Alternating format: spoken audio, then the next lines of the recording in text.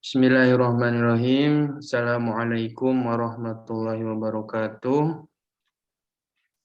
Alhamdulillahirabbil alamin. Amma ba'du. Rabbi shrahli sadri wa yassirli amri wahlul 'uqdatam min lisani yafqahu qawli. Amma ba'd. Perkenalkan, di sini kami dari kelompok 3. Di sini kami akan memaparkan sebuah materi yang berjudul Perbedaan Kristen, Katolik, dan Protestan.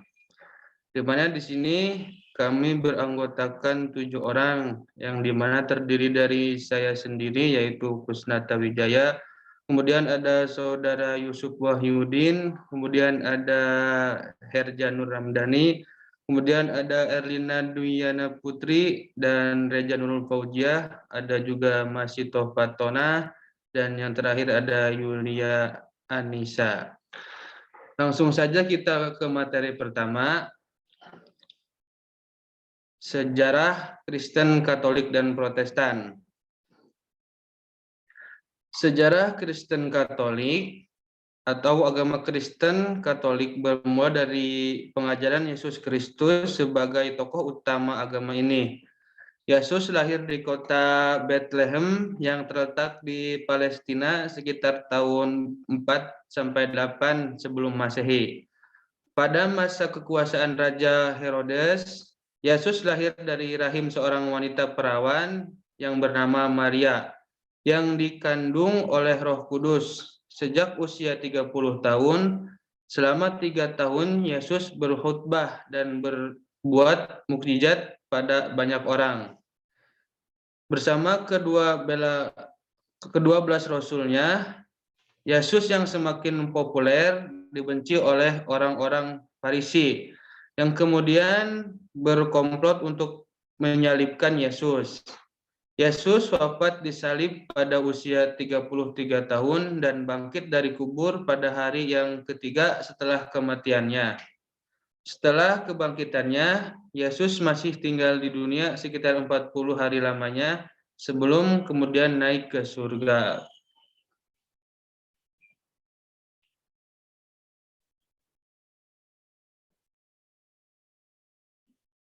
Setelah naiknya Yesus Kristus ke surga, Rasul-Rasul mulai menyebarkan ajaran Yesus ke mana-mana, dan sebagai hasilnya, jemaat pertama Kristen sejumlah sekitar 3.000 orang dibaptis. Namun pada masa awal berdirinya, agama Kristen cenderung dianggap sebagai ancaman hingga terus-menerus dikejar dan dianiaya oleh pemerintah Romawi saat itu. Banyak bapak gereja yang menjadi korban kekejaman Kekaisaran Romawi dengan menjadi martir, yaitu rela disiksa maupun dihukum mati demi mempertahankan imannya. Salah satu contohnya adalah Ignatius dari Antioquia yang dihukum mati dengan dijadikan makanan singa. Berikutnya akan dijelaskan oleh Yusuf Wahyudin.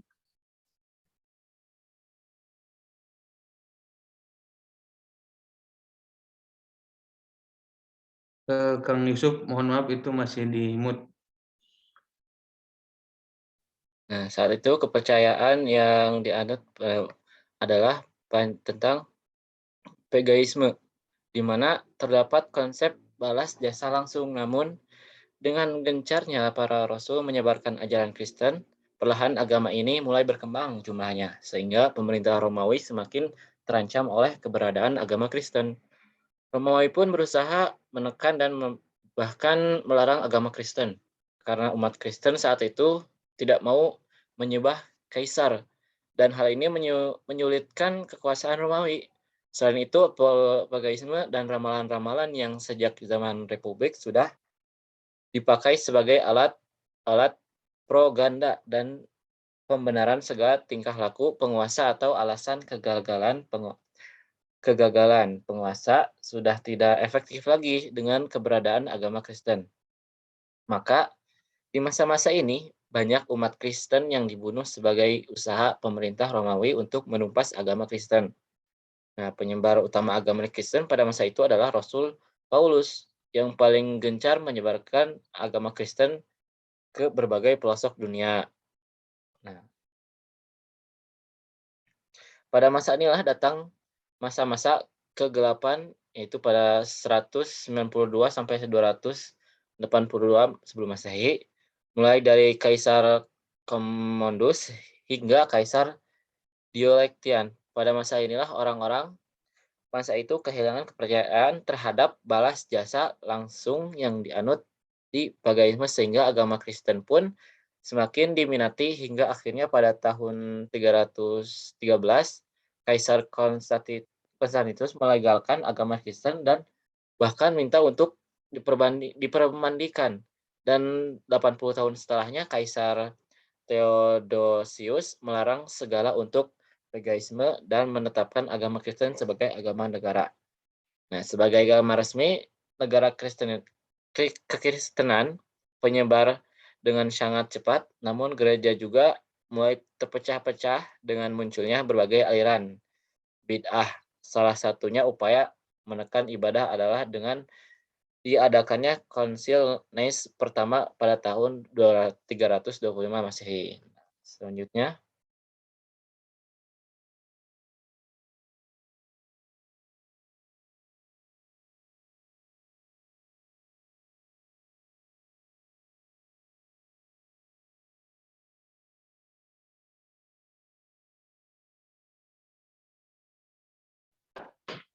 Mangga Herja. Selanjutnya, pada masa inilah datang masa-masa kegelapan. Pada tahun 1009, Konsili Nicea mencetuskan pengakuan iman umat Kristen keseluruhan pertama kali sebagai tanda persatuan Kristen universal yang dibedakan dari umat-umat Kristen yang bid'ah.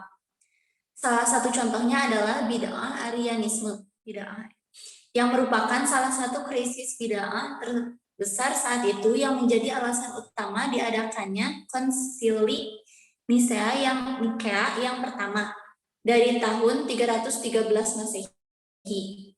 Gereja mengalami suatu peperangan hebat akibat tindakan kejam dari Roma, dan pada tahun 380 Masehi, Katolik secara resmi menjadi agama Kekaisaran Roma. Sampai tahun 1054 Masehi, gereja tetap merupakan satu lembaga. Next. Nah, yang selanjutnya, sejarah Kristen Protestan.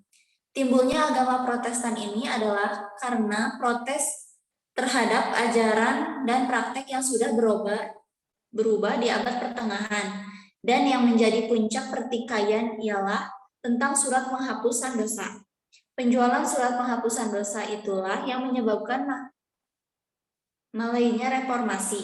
Surat penghapusan dosa itu pada mulanya memuat hukuman sementara yang akan diderita di dunia dan di neraka. Sesudah itu, manusia akan diampuni dari kesalahannya. Mula-mula surat pengampunan dosa itu dijual pada waktu perang salib kepada mereka yang tidak dapat ikut perang sekadar membantu perang suci. Halangan tidak ikut perang itu diganti dengan surat pengampunan dosa. Sejak itulah menjadi suatu kebiasaan bagi pendeta-pendeta menjual surat pengampunan dosa.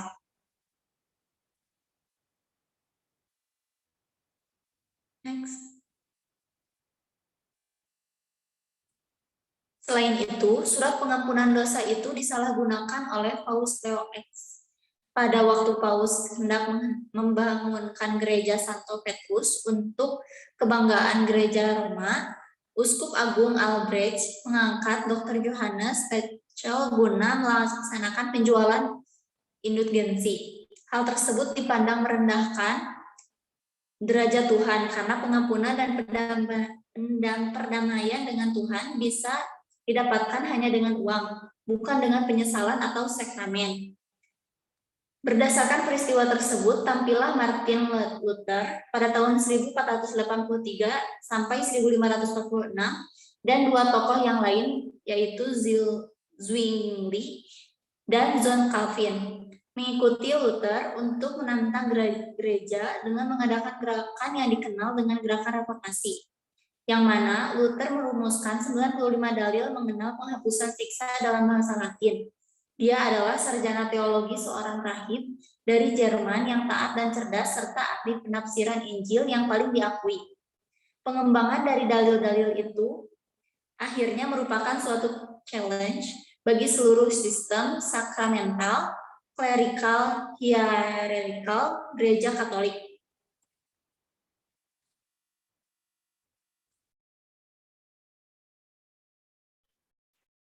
Monggo berikutnya Erlina.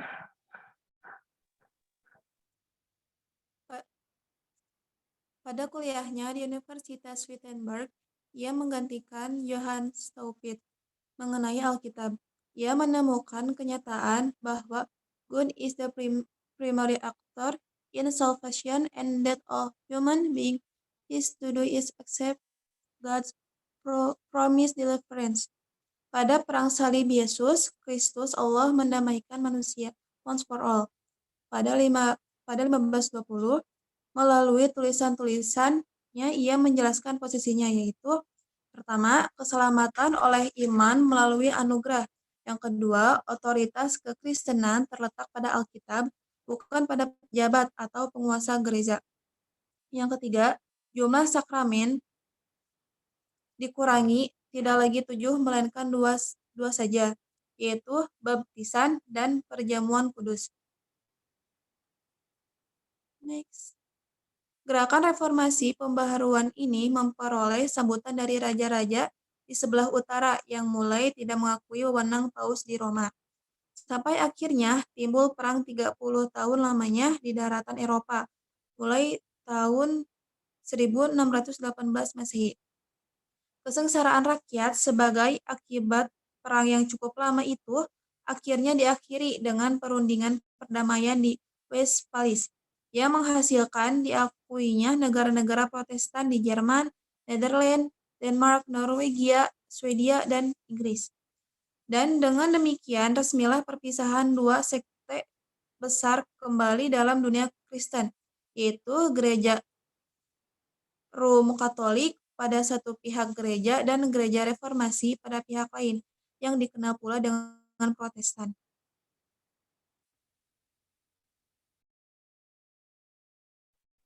Monggo berikutnya. Baik, selanjutnya itu tentang teologi Kristen, Katolik, dan Protestan. Teologi dilihat dari segi etimologi berarti ilmu ketuhanan atau ilmu tentang Tuhan. Sedangkan dilihat dari sudut terminologi bahwa teologi merupakan suatu pengetahuan tentang ilmu ketuhanan yang mencangkup tentang sifat-sifat Tuhan dan dasar-dasar kepercayaan kepada Tuhan kepada kitab suci. Sedangkan Katolik mempunyai makna suatu sekte agama Kristen yang dipimpin oleh Paus yang berpusat di Roma. Berasal dari kata protes, yaitu satu sekte yang bertentangan dengan sekte Katolik. Protestan merupakan agama Kristen yang dahulunya menganut sekte Katolik. Karena adanya perbedaan paham masalah pengampunan dosa yang dilakukan Paus. Lahirnya sekte Protestan dipelopori oleh Martin Luther. Teknologi Kristen, Katolik maupun Protestan mempunyai makna suatu aturan atau kebiasaan yang dilihat dari sudut ilmu ketuhanan yang merupakan dasar-dasar kepercayaan kepada Tuhan dan agama, terutama kitab-kitab suci baik agama Katolik maupun Protestan. Selanjutnya, perbedaan Kristen, Katolik, dan Protestan.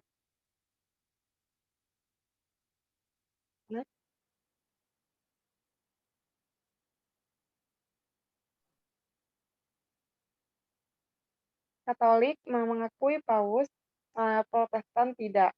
Ada juga umat Katolik membuat tanda salib, umat Protestan tidak.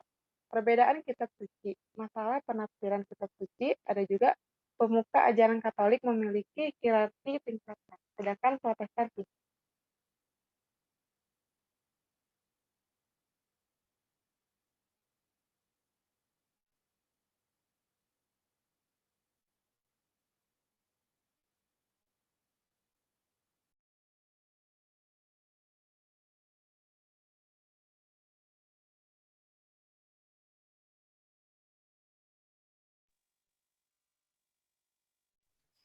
Berikutnya lanjut.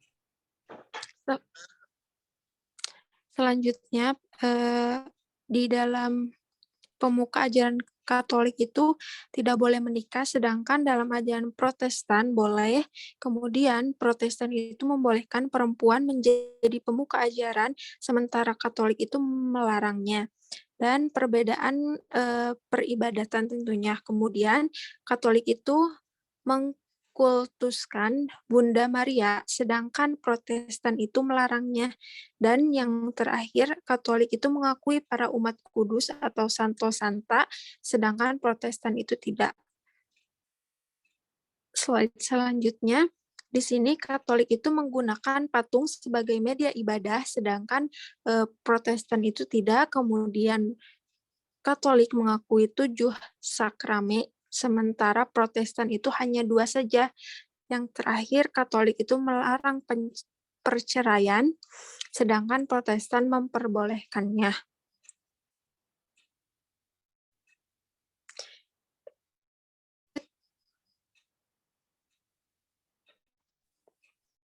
Nah, jadi dari uraian di atas itu dapat disimpulkan bahwa perbedaan antara Kristen Katolik dan Protestan ialah yang paling utama, yaitu keyakinan akan ikan paus, bahwa Katolik mengakui paus dan Protestan itu tidak. Umat Katolik membuat tanda salib dan umat Protestan tidak.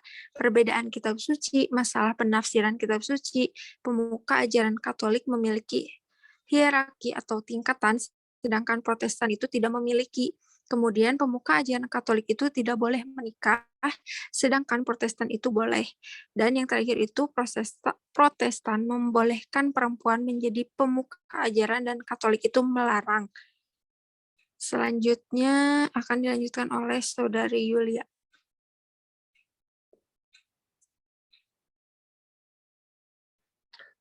Silakan untuk pembahasan yang terakhir, mungkin Saudari Yulia.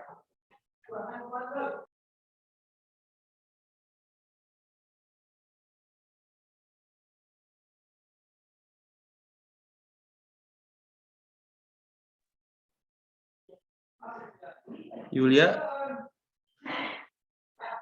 apakah masih terhubung?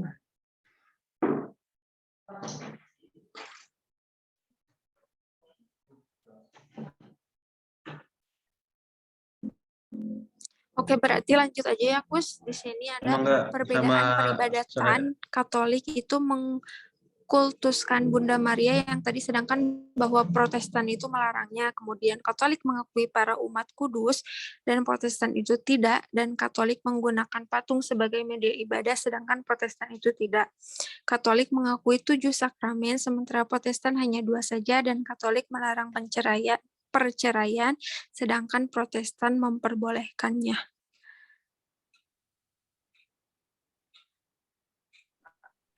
Lanjut. Oh, ini masih ada penjelasan lagi. Udah selesai ya? Ya.